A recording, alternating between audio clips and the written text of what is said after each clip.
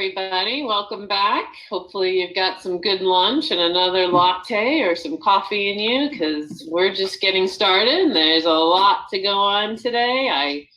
I can't wait to hear feedback on discussions. Have we solved yet our lack of opt-in in privacy? Have we solved our problems today? Probably not, and yet I bet you we're much closer. So thank you again for joining. We've got an action-packed afternoon.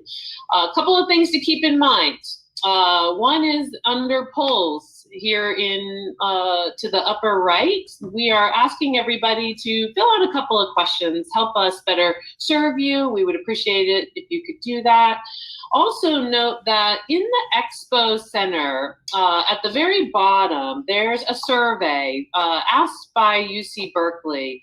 And everybody who fills it out, they will donate $10 to the COVID-19 Food Relief Fund. And so take a few minutes and answer that survey and help some others along the way.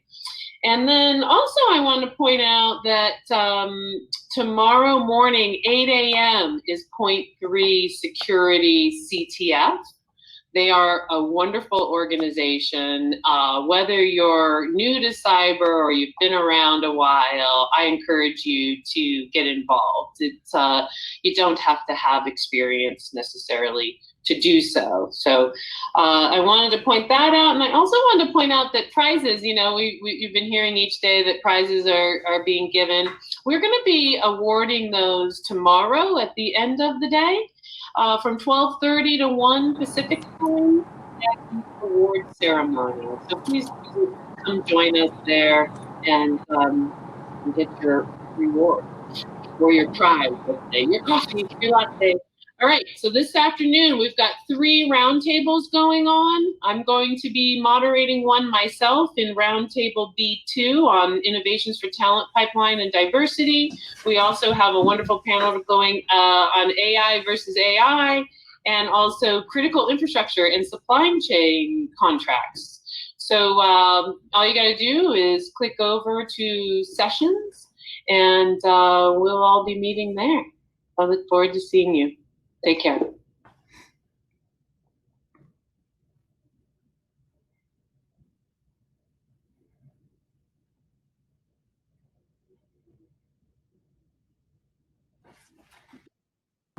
Hi, Carter. Can you hear me okay? I sure can, Jake. Can you hear me okay? Yeah, I got you. Okay, wonderful. We got 7 people joining in. I'm just going to give it another minute or so, and then we'll go ahead and kick it off. All right. Sounds good.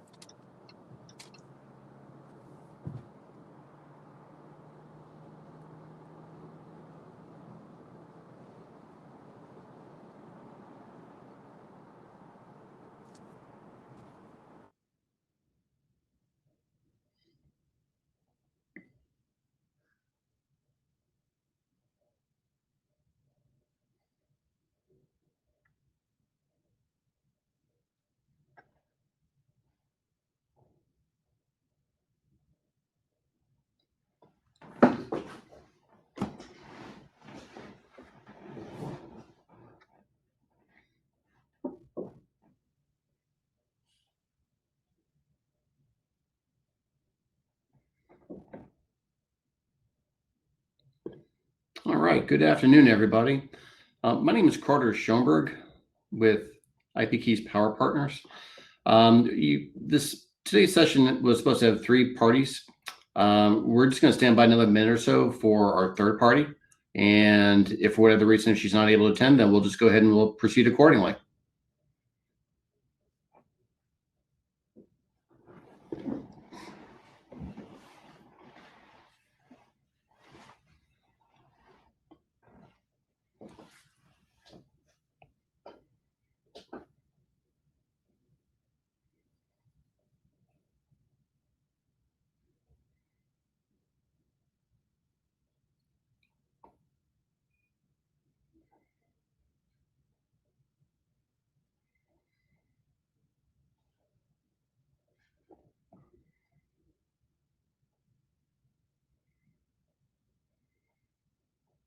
Okay, I can see Karen in the chat box. We're just going to work through a technical issue, and then we'll go ahead and we'll get started. Thank you for your patience.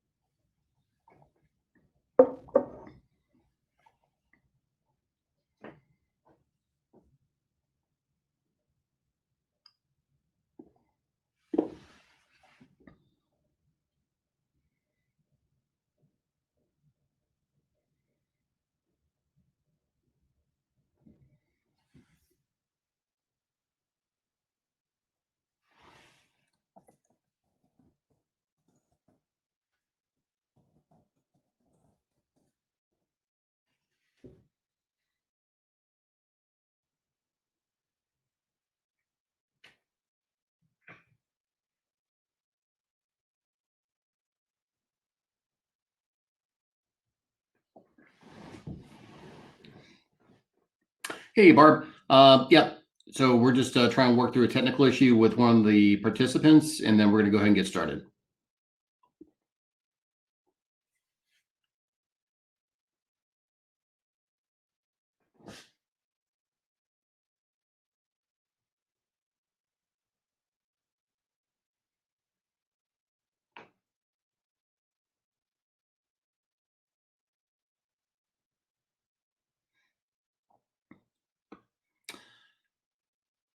Okay, ladies and gentlemen, in the interest of time, what we're going to do is we're going to go ahead and get started.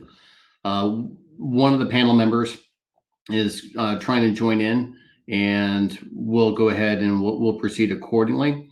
And once she's able to join in, this is Karen Jensen with Savvy Consulting, and she brings a wealth of information and experience in this area. Greatly look forward to being able to have her expertise and her inputs, but also trying to be mindful on the limited time that we have right now. So again, ladies and gentlemen, good afternoon. My name is Carter Schoenberg. I'm the Executive Vice President of Cybersecurity Solutions with IPE's Power Partners. Today, I'm joined by Jake Margolis. He is the Chief Information Security Officer for the California Metropolitan Water District. And also hopefully able to join in just a moment or two will be Karen Jensen. She is the President of Savvy Consulting. So our roundtable today, critical infrastructure and supply chain, it's quite unique for a technology forum. Because traditionally, when we're thinking of critical infrastructure, we're going to tend to think of things like, water, oil and gas, electric, telecommunications. And when we hear supply chain for critical infrastructure, we're going to tend to think of things like parts, things that are procured for a specific purpose, whether it's like a laptop, computer, SCADA equipment, or even potentially land mobile radios. And while in both instances, these perceptions are correct, they're also incomplete. We've had a great round of discussions over the past day and a half, some of which we're actually talking about supply chain type of risks, ranging from what are some of the initiatives being launched by the U.S. federal government to what are some lessons learned from actual real-world stakeholders. So in today's session, we're going to cover the area of where it's incomplete and how widely overlooked these areas are and can cause actually some of the greatest harm. And it won't include a single piece of hardware, and it won't include any ones or zeros from software either. According to Gartner, in 2019, 56% of all reported cyber incidents were directly associated with the victim's supply chain. And as we've all come to see with COVID-19, forcing organizations to come to at a global level, instituting remote workforce, the attack surfaces become even more problematic.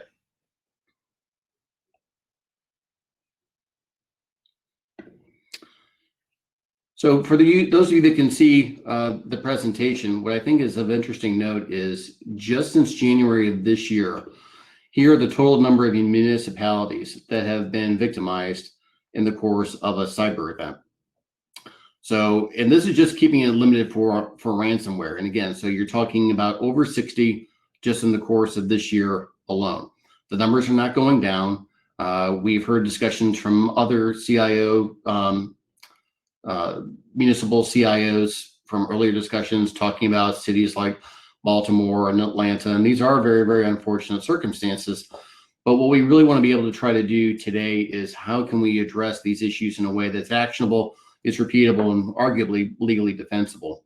For this panel, we think that we have a pretty good breadth of expertise and representation from both sides of the fence. We've got individuals that have a background representing government, individuals representing consulting arms, and also individuals that are representing even managed security services providers.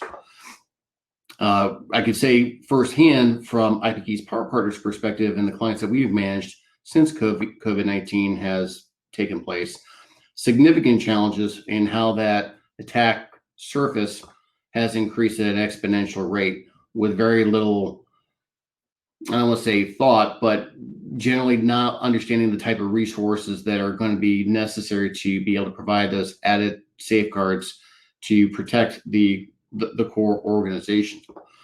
What I want to be able to do now is turn it over to Jake. So Jake, before taking over as the CISO for Metro Water District, your background also includes being a CISO for one of California's most prestigious counties.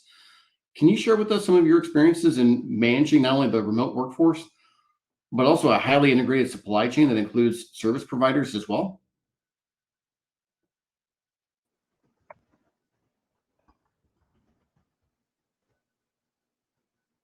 Okay, so we got Karen, and I think we just unfortunately. Hey, Karen, I think we just lost audio with Jake. Jake should probably be on in just a moment. For all those that are attending today's session, again, apologies for the technical challenges here. Timing couldn't be worse, but timing couldn't be more opportunistic. So I'll let Jake talk about what he's currently contending with. But can you guys hear me okay? Yeah, now I can. But Jake's only able to join us by audio. But yeah, so I'm not sure what part you last heard, but Jake just kind of gave an intro on you. Anything that you would be greatly appreciated.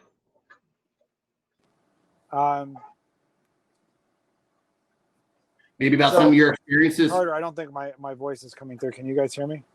Yes, yes, we can hear you.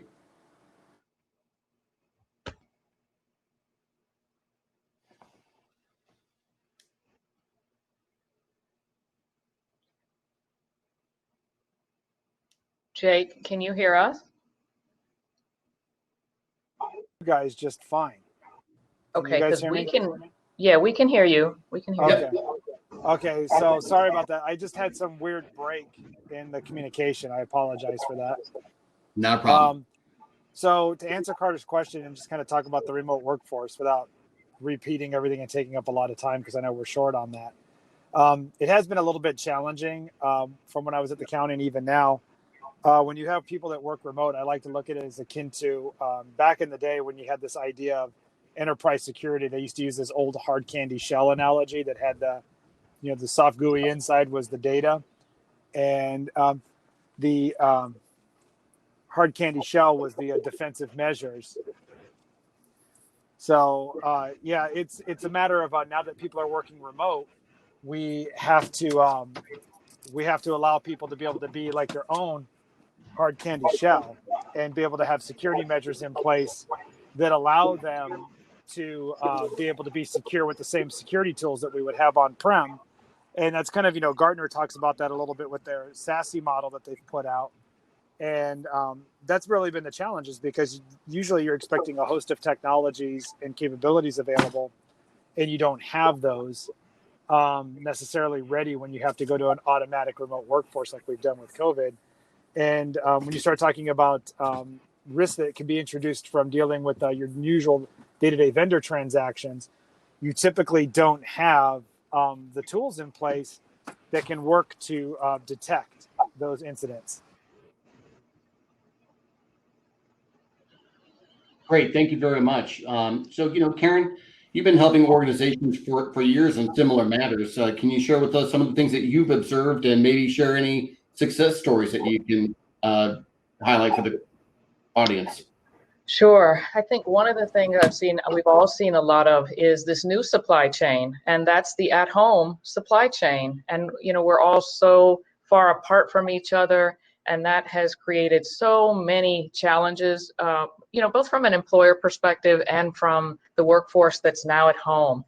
Now you are looking at secure documents maybe on your at-home network, and you need to be mindful of that and build policies. It's the first time I think that you have to build a policy at home for yourself. I mean, you may have worked, on an airplane throughout the years. It's not that you've never done it, but now that you're going to be doing it for the foreseeable future, I think that's been a big challenge for the at-home workforce. And this is from senior executives all the way down.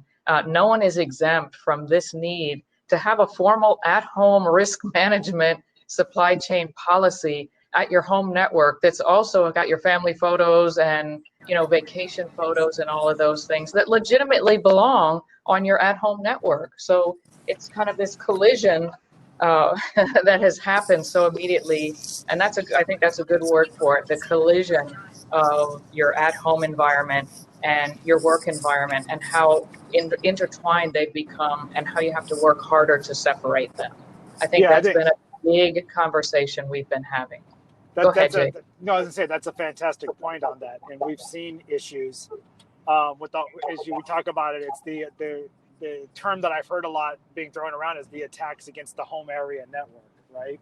Because the attacker is saying, it's actually really hard to breach firewalls. It's really hard to take advantage of patch servers, or it's even getting more difficult to get phishing emails to get through secure email gateways. But if I can take advantage of those weaker security postures that people have at home.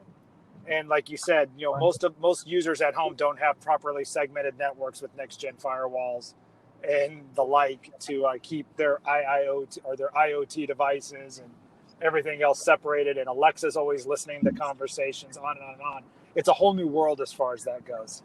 And trying to secure information exchanges over that is difficult.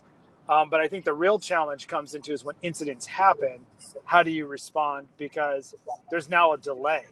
And you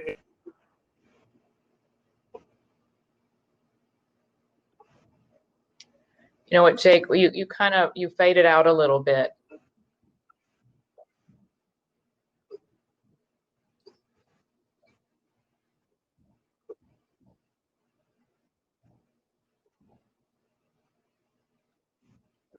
Hey, Jake, if you can hear us, I'm not sure if you're like pushing cell towers, but you're really garbled.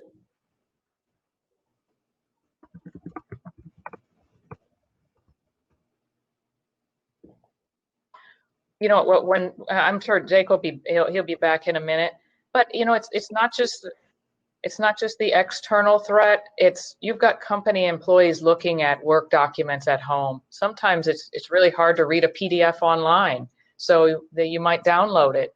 Where did you download that to? So it's not just those external attacks. It's the internal vulnerabilities that we talk about with some of these poorly defined processes. Organizations haven't had time to define a process that says this is how an acceptable use policy and document savings, and being so specific because they never needed to do that. So I think that we have to keep in mind, it's not just the external attack, it's the internal organizational vulnerabilities. I know that's a mouthful, but I think that becomes just as serious as those things we think so much in terms of external attacks, but you're just as vulnerable from within. I think that's an important point for organizations to keep in mind. So Karen, I want to pull on that thread a little bit. So if we're talking about organizations and their lack of internal processes and procedures for managing those processes, right? Isn't there then by default a carryover when you have multiple organizations that have interconnectivity or direct touch points into one another? Because again, most people are thinking of supply chain as just technical parts. But right. As an example, like one of the war stories that we saw over here recently, one of the clients that we currently monitor, they had penetration testing software that came off as an alert.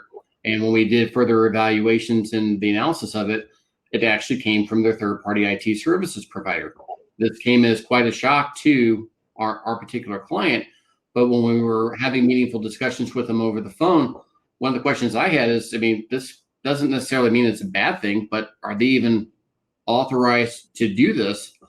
And if they're not, what do you have in your contractual language that says, one, you weren't supposed to do that, and two, I'm going to hold you accountable in some shape or fashion, either through some type of sanction or financial penalties for constituting a breach of contract. Exactly. And I think that's something that we worked on with the use case, is understanding who that each organization you reach out to, there's that ripple effect of third party suppliers, supporters, in that I think it's this Frankenstein infrastructure that we have. It's a piece and a piece and a piece and a piece. And if you haven't taken a look at all those pieces, defined accountability, visibility, then and contractual language, it's not just saying looking at it, it's really putting something down on paper that says, here's your responsibility, and here's what we're going to hold you to. So I think that's definitely something that needs to be a conversation, is don't just look at it. That's great, you looked at it, but you have to do something about it as well. Yeah, so that's a great segue for one of the other topics I want to make sure that we were able to cover here. And again, for those of you that have not been in these sessions yet, if you double tap on one of the frames, so if you wanted to double tap on the frame that shows the presentation, that will actually pan in for you a little bit. So one of the challenges that I know I've seen other people that have recently joined into today's session that have represented government, I know that they've seen it as well, where you can sit there and say, all right, I know that my cyber hygiene is good, but if it's not within the four corners of a legally binding agreement, if you don't have you shall or you must, most companies unfortunately don't. So, I mean, even our company, we're now starting to see a lot more solicitations coming out saying, can you demonstrate that you have security awareness? Are you agreeable with an independent right? A lot of things that I found flattering actually was things that were already incorporated into a work product that Sharon, myself, and also with the assistance of Dean Skidmore worked towards, that was published by NIST, which is thing going down here. And this is essentially a guidance document while it was originally designed for smart cities and municipal governments, its applicability is vertical agnostic. A lot of times you have organizations that they don't really know where to start. Procurement officials inherently are not going to be cyber risk or cyber or privacy professionals. So understanding where, as Jake said, that soft center is going to be within your supply chain is going to be problematic for them to be able to conceptualize, let alone be able to create narratives to protect that level of exposure. But then it kind of begs the question, how often does the security team get involved? And if they are, at what point does it become a point of diminishing returns? Jake, I see that we got you back on. Do you have anything to implement? So with security, I mean, it gets to be challenging because you can put security language in the procurement documents. You can work with your procurement teams and you can say, hey, I want you to ask these questions. I want to reserve the right to audit security policies, on and on. But at what point, like you said, and you hit the nail on the head, is you can't review every single document that goes out and know if that document has to hit. And as you pointed out earlier, there's the obvious ones. When we started the call, you talked about the obvious issues that people deal with, which is, supply, repair parts, computers, software, those kind of things. Those are obvious that you would reach out to a security team. But what about the consulting services or the other services that are contracted that don't quite have as obvious of a supply chain risk coefficient, if you will, that people aren't thinking of them as part of their suppliers, but those entities present equal or greater risk to the organization, and you don't have any visibility on those contracts. And then when something happens or you're trying to enforce some sort of standard, you can't because you don't have the contractual teeth to do so. And right. So then where does it come down? How do you work that issue out? And that's really a tough question because that's not something security professionals can answer. Great points. Karen, with your experiences in the consulting realm, anything else that you've seen that you wanted to contribute to piggyback on Jake's comments? Actually, I was thinking of something I wanted to talk with Jake about. You know, as the IT workforce evolved and as that department became so separate, I think we've seen had a real insight into the silos of where information technology and emerging technologies are as somewhat distant and separate from how the organization functions. So it may be someone, and this may not be true for Jake and his organization, but what I see a lot of times is that a lot of things aren't even brought to the IT department to look at. The IT department has no idea that these things are even going on because you have the marketing department and they're doing something and the accounting department. So I think certainly from the C-suite level, they're starting to look at how these silos now are not going to be an effective way to have a healthy cyber infrastructure, because you can't have an infrastructure without communication and without knowing what each one is doing. So I don't know, you know, Jake, maybe you have more of you know, a tight relationship, but I have seen this quite a bit, that you know, there was such a trend to keep IT separate from everyone, but now that trend seems to, you know, more organizations are looking at that, saying that this silo workflow is not going to be an effective way to build a good strategy. Well, I think I think that's a good point, because when you look at for a time, I don't know that IT was made separate from everyone, is that people depended on IT to do everything, to carry the organization's workflows, and yet you had all these disparate, or not disparate, but siloed business units that have their own requirements, and then they dump on IT. Hey, I have to get this project done. I need you to get this done for me tomorrow. And every IT manager has heard that. And it's the first time they're hearing of the project. And so corners get cut, things get put in. That's not new to any industry.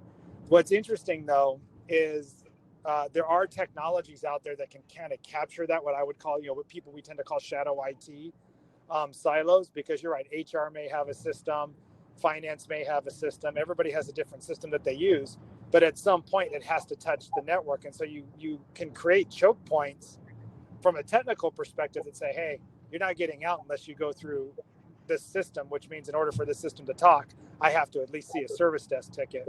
So there's a management point that you can touch, but it doesn't change the fact that you're stuck with the solution, because oftentimes it's already procured and you have to implement it. So, I mean, how that gets changed, I think you could look at, it does have to have the bet that you have to have this dotted line embedded IT presence in every organization, that, you know, HR people need to have systems administrators that manage HR systems that report to HR, but have to work with IT, because they get their user rights and they get their account creation and management done through IT. So there's a built-in relationship there that's give and take, for example, so that you have constant communication. And I think that's really the key, is how do I develop a process that has IT in the mix, because IT needs to be aware when a system or service is being introduced into the ecosystem, but how do the subject matter experts and the people that have the actual requirement to manage the system get involved? Because it's not a matter of saying, hey, we're going to buy the system and let them throw the ball over the fence to IT to manage, or we're not going to have them work in a silo where IT's not aware of it till it comes to fruition, because now you have to deal with closing the door on the system and making sure that it functions as intended for that business unit, while still providing the appropriate security controls. That is the challenge. And I think it really kind of comes down to is having a good project nomination and a good, what I've seen that works really good is a good project management office that's receiving those projects from all the business units across the organization to kind of serve as that broker between IT and the organization.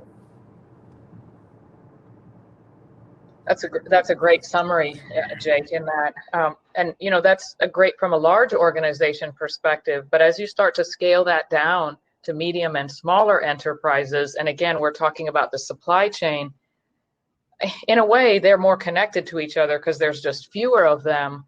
But you know, that knowledge base may not be as broad as what a larger organization can access. So I think that along this supply chain, there's kind of this plus and minus vulnerability awareness that has to be taken into account. And that's kind of what you're saying. But I have seen that subgroup work where you have a subgroup of IT people that support the human resources department, or it might be the finance department. And they more so, it's not so much assigned to them, but they understand those processes and those people, so you don't get the frustration. I think that's the other caveat for having IT people involved at that level, is then sometimes they create these choke points, and I think that's a good word for it, because that's how the people in those other departments see them. They see those IT choke points as barriers to getting their work done in some kind of way. And I think that's definitely an education process that has to happen, why those things happen and why they're necessary in a department. And then you get the support of those non-IT departments. And that's always a challenge as well, getting IT support from a non-IT department. Karen, question for you. And I think I think something. I'm sorry. Go ahead, Jake. I think something to kind of just dovetail on that. When you talk about smaller organizations, smaller municipalities, special districts, all of these things that are out there that are supporting the public, and they may not be large. I've often talked to people about, consider managed services to manage those IT functions so that you can offload that and focus on the business of what you're good at. But that does introduce more risk. So when people talk about managed services, how are you sure that the managed IT services are doing good assessments of your other vendors that have to input into your services portfolio to manage that supply chain risk? And that's actually also another challenge that small organizations face. So again, the answer would be, hey, you have this complex requirement, but you're a small organization. Maybe I'll just outsource IT because that's not my forte. But then now, how do I make sure in my SLAs that my outsourced IT is managing and protecting my supply chain interactions with my different business units? And that just introduces another challenge. Right. So question for Karen and as well as for Jake. So when we're talking about these issues with IT, and again, just from my vantage point, cyber has always been bucketed in terms of, well, it's a pure play, it's an IT function. And I would actually argue categorically against that. I would actually take the position that in today's current threat landscape, cyber risks really need to be evaluated as a business risk, no different than fire, theft, flood type of damage. But having said that, even in earlier sessions in this conference, we've heard like that continuous bandwagon from IT professionals. They're not giving us what we need to have. They don't get it. It's a consistent challenge, and it kind of just makes me question: is it that they don't get it, or is not being communicated in a way that's going to resonate with them as business and system owners? I mean, more money is being spent on cyber today than it ever has before, but yet our risk posture is really not improving to that proportionate level of spend. So there's got to be other factors other than the fact that it's a dynamic threat landscape. I get that, but I would really just be curious to get from the consulting side of the house as well as from the municipal side of the house, how you guys have seen IT attempting to be, or I should say cyber attempting to be, pulled away from the IT bandwagon and moved over towards more of a traditional business operation. You know what? I think IT and their relationship with the organization is always about communication. It's difficult to find people that can speak those languages, that can speak to a C-suite person and say, this is what risk means, this is what cyber means. And it's difficult. That's always been a challenge. But I think that role is going to become more and more important because, like you said, we're spending money, and we're not getting the results that we hope to see. And there's a tremendous amount of frustration at most levels that no matter what we do, we can't seem to find the right people. We can't seem to, no matter how much money we throw at this problem. And I think I don't agree that there's panel or fireside chat this afternoon where two leaders, one in government and one in private enterprise, will kick off a discussion on collaboration for wins in cybersecurity and privacy. So Jonathan and Nick, welcome, and please take it away and enlighten us, please. Well, thank you so much for having us. We'll be talking about some cyber defense. Yeah, what that yeah, came. I guess that was our cue, but that was I think so. I guess the other area over there. Okay, guys, nice. That was a nice session. Thanks. Bye bye. Thank you. Thank you, everyone. Tracking down the back, writing strategic intel Thanks, for our Jay. customers. I'm a former U.S. Government analyst, previously worked at FireEye, and I've been leading IBM team here for about 2 years. And now I'll kick it over to Jonathan. Oh, you all started. I'll leave you alone. You all kicked off. That's awesome. Sorry to interrupt everybody. That's great, Nick. Hi all. Thanks for having us. We are honored to be here today. My name is Jonathan Nunez. I am the commander of the California Cybersecurity Integration Center, otherwise known as the CalSIC, which is part of the California Office of Emergency Services.